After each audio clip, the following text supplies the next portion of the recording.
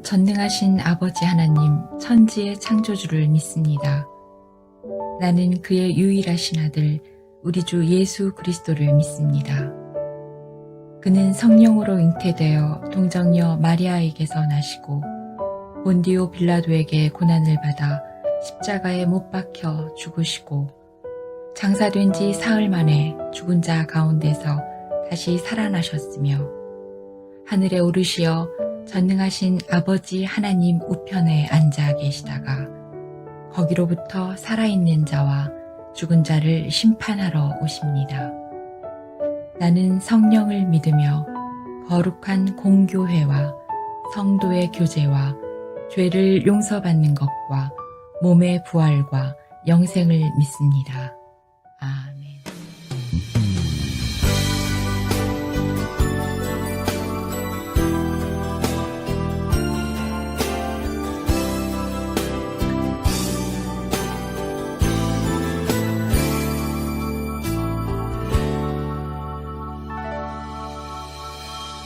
내가 먼저 손 내밀지 못하고 내가 먼저 용서하지 못하고 내가 먼저 웃음 주지 못하고 이렇게 머뭇거리고 있네. 그가 먼저 손 내밀기 원했고 그가 먼저 용서하길 원했고 그가 먼저 웃음 주길 원했네. 나는 어찌 된 사람인가.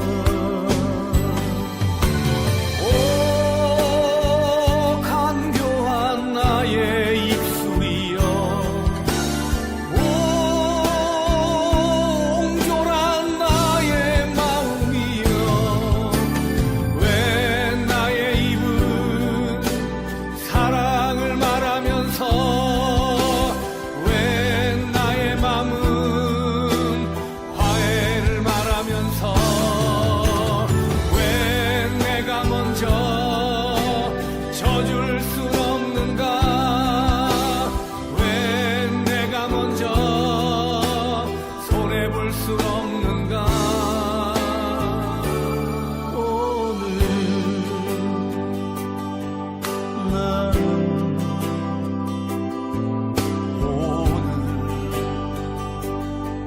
나는 주님 앞에서 몽돌바 모르고 이렇게 흐느끼며 서 있네. 어찌할 수 없는 이 마음 주님께 맡긴 채로 내가 먼저 섬겨주지 못하고 내가 먼저 이해하지 못하고 내가 먼저 높여주지 못하고 이렇게 고집 부리고 있네. 그가 먼저 섬겨주길 원했고 그가 먼저 이해하기 원했고 그가 먼저 높여주길 원했네. 나는 어찌 된 사람인가.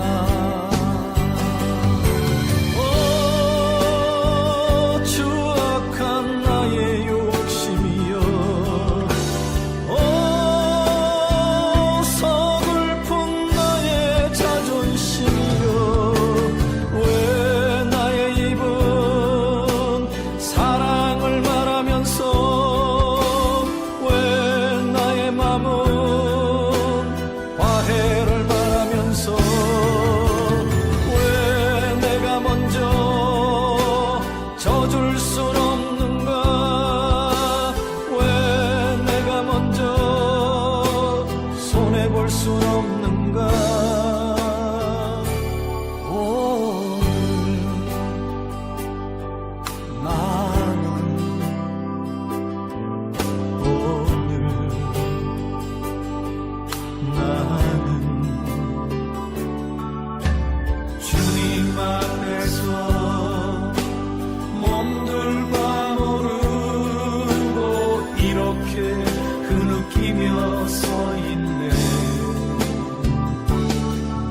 어찌할 수 없는 이 마음을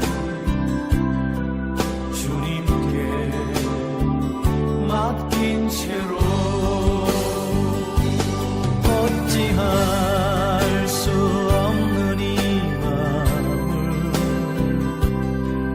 주님께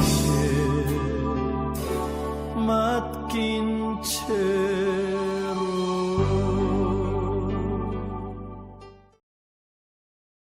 그때 베드로가 나와 이르되 주여, 형제가 내게 죄를 범하면 몇 번이나 용서하여 주리이까? 7번까지 하오리이까? 내게 이르노니 7번뿐 아니라 7번을 70번까지라도 할지니라. 그러므로 천국은 그 종들과 결산하려 하던 어떤 임금과 같으니 결산할 때 10,000달란트 빚진 자 하나를 데려오매 갚을 것이 없는지라. 주인이 명하여 그 몸과 아내와 자식들과 모든 소유를 다 팔아 갚게 하라 하니 그 종이 엎드려 절하며 이르되 내게 참으소서 다 갚으리이다 하거늘.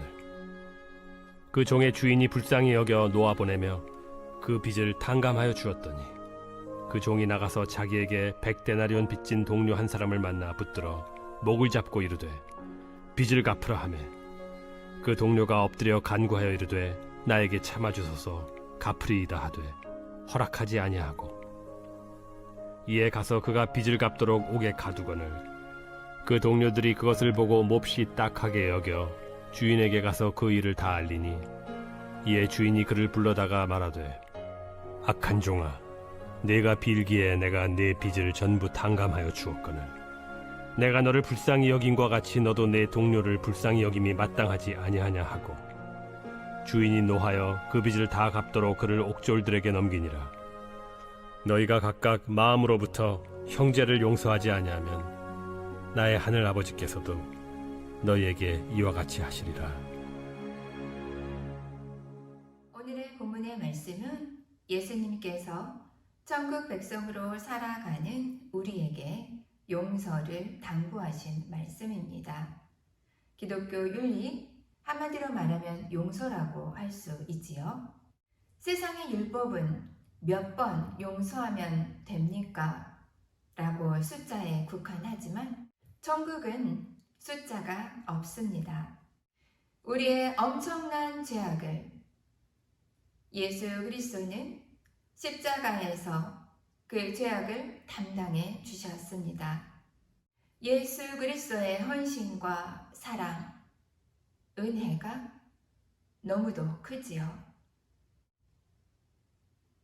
10,000달란트 빚진 자, 그는 누구였습니까? 우리였습니다. 예수 그리스도는 그 빚을 다 탕감해 주셨습니다. 이 땅을 살아가면서 우리는 100데나리온 빚진 친구들, 우리 이웃을 만나게 되지 않습니까? 그들이 우리에게 똑같이 간구할 때 우리의 행위는 어떤가? 라고 물어봅니다. 10,000달란트 빚진 우리였지만 탕감받았으므로 자유함을 얻었습니다. 언제 빚졌냐? 라는 식으로 우리의 빚이 얼마나 컸는지 잊어버리고 만다는 것이죠. 100데나리온 빚진 자, 우리가 용서해주지 않으면 오늘 본문의 성경은 그 셈을 분명히 하신다고 말씀합니다.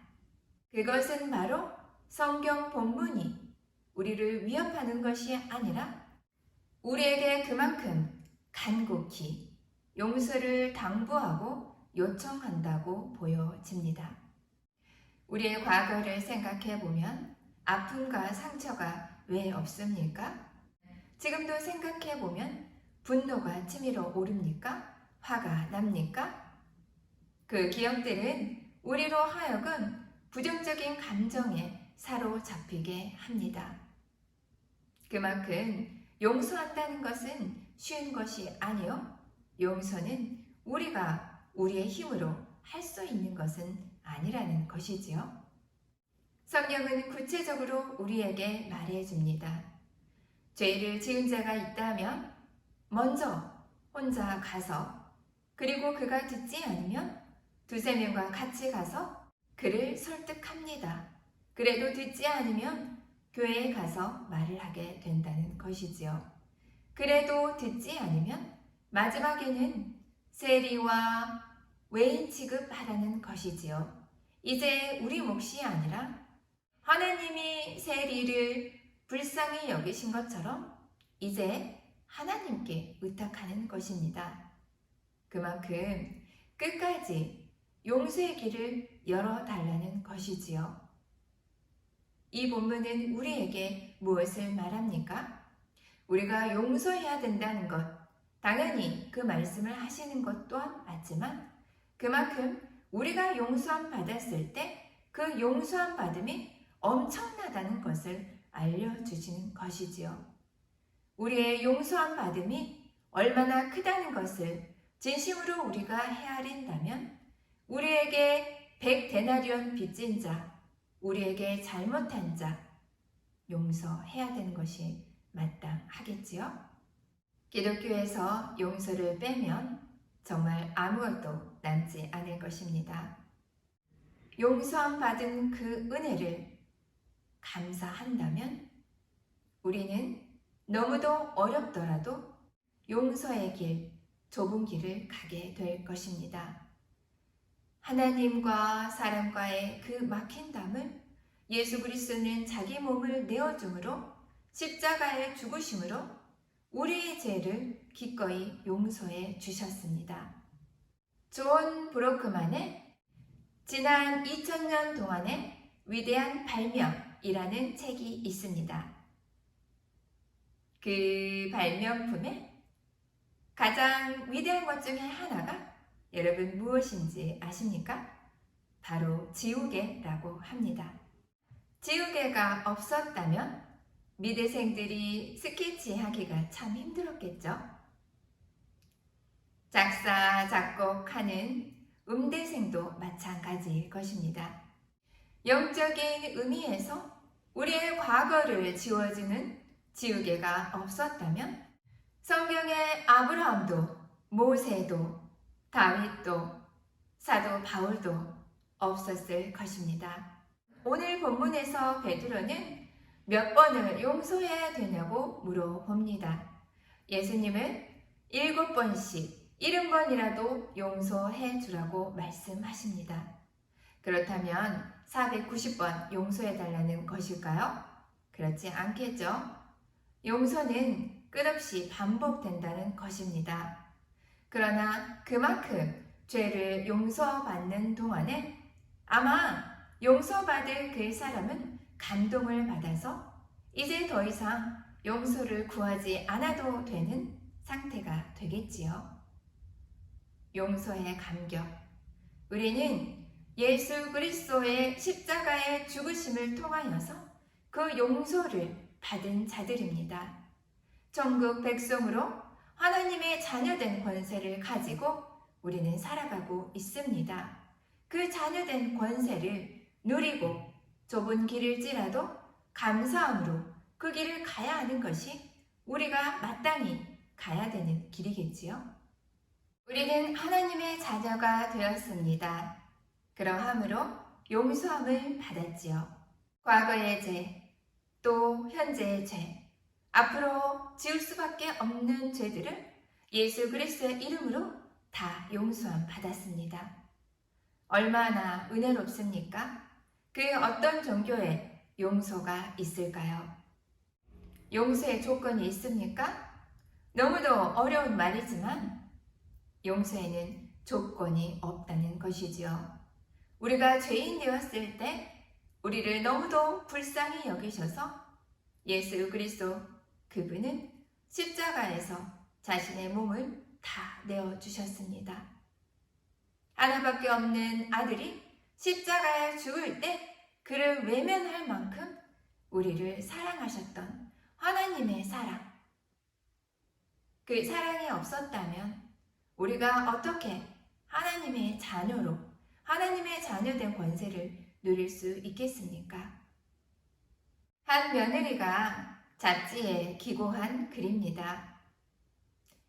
이분은 둘째 며느리인데요.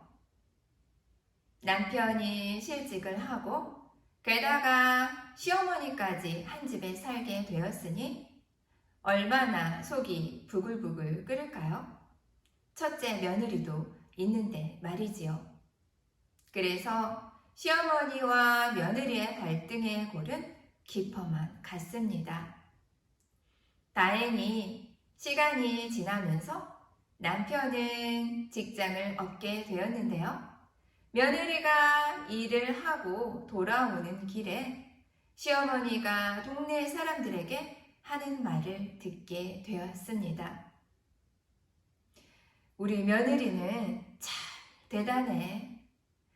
남편이 실직하고 집에 있으면 속이 부글부글 끓고 힘들 텐데 내색하지도 않고 나에게 얼마나 잘해주던지. 정말 나는 우리 둘째 며느리만큼 착한 아이는 못 봤네. 둘째 며느리는 그 이야기를 들으며 코끝이 찡했습니다. 시어머니와 있었던 갈등이 기억이 났거든요. 그래서 집으로 돌아가는 길에 시어머니가 좋아하는 조기를 사서 음식해 드렸습니다.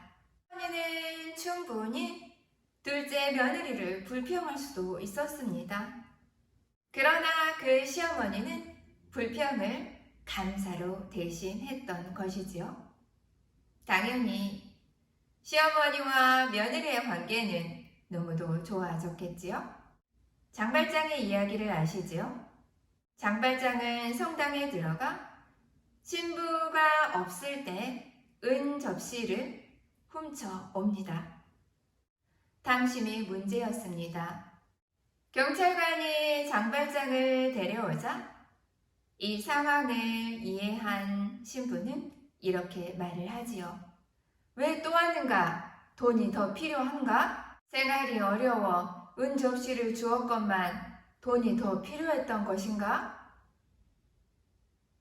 장발장은 신부의 말에 감동이 되어 그 은접시를 가지고 다른 곳으로 가서 시장이 됩니다. 그러나 장발장이 은접시를 훔쳐간 범인이라고 여긴 경찰관은 끝까지 장발장을 추적하게 되지요. 그러는 가운데 프랑스 혁명이 일어나게 됩니다. 이제 세상이 바뀌었지요. 장발장을 추적하던 경찰관을 혁명군들이 붙잡아서 시장에게 데려옵니다. 충분히 장발장은 그를 용서하지 않고 복수할 수 있었습니다. 처벌할 수 있었습니다. 그럼에도 그는 그 경찰을 용서해 줍니다. 경찰관은 묻습니다. 어떻게 나를 용서할 수 있습니까? 장발장은 대답하죠. 세상은 넓다.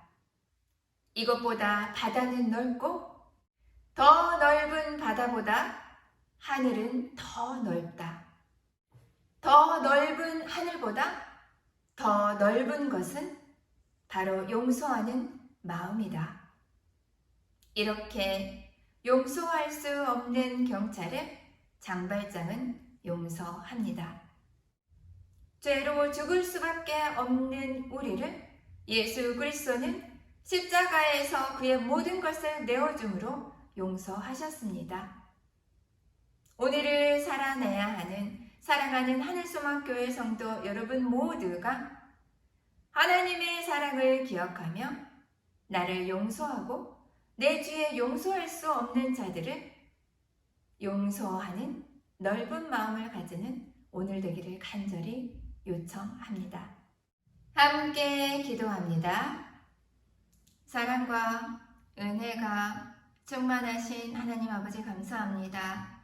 용서는 우리의 힘으로 우리의 의지로 될 수 있는 것이 절대로 아닙니다.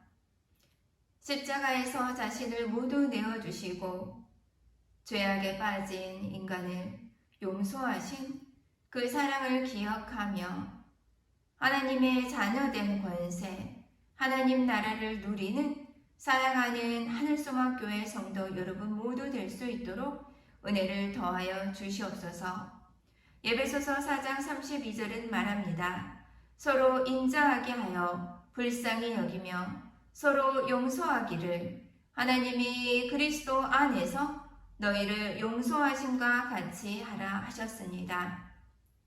용서는 너무도 어려운 것이지만 죄인을 죽기까지 사랑하셨던 예수 그리스도의 참 사랑을 기억하며 용서의 길을 갈 수 있도록 아버지 도와주시옵소서.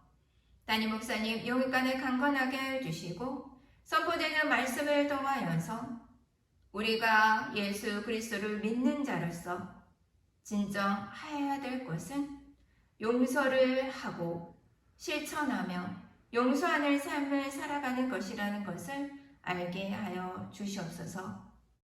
나를 죽기까지 사랑하셨던 그 사랑으로 하여금 우리가 용서를 실천하는 오늘 되게 하여 주시옵소서. 서먹해진 관계가 있다면 오늘의 말씀으로 용기를 내어 전화 한 통, 문자 한 통 할 수 있도록 우리에게 실천하는 힘을 허락하여 주시옵소서. 용기를 허락하여 주시옵소서. 시리아, 리비아, 세계 각국의 기후 변화로 인하여서 고통받는 기후 난민들이 늘어나고 있습니다. 기후 불평등 안에 살아가고 있는 우리 형제 자매들 기억하여 주시고 하나님께서 허락하여 주시고 돌보라고 하여 주시는 이 자연을 더 이상 훼손하지 않도록 우리를 불쌍히 여겨 주시옵소서. 인간의 이기적인 마음으로 인간만이 중심이 되는 세상이 아니라 자연과 더불어서 돌보며 살아가는 하나님의 백성답게 살아가게 하여 주시옵소서.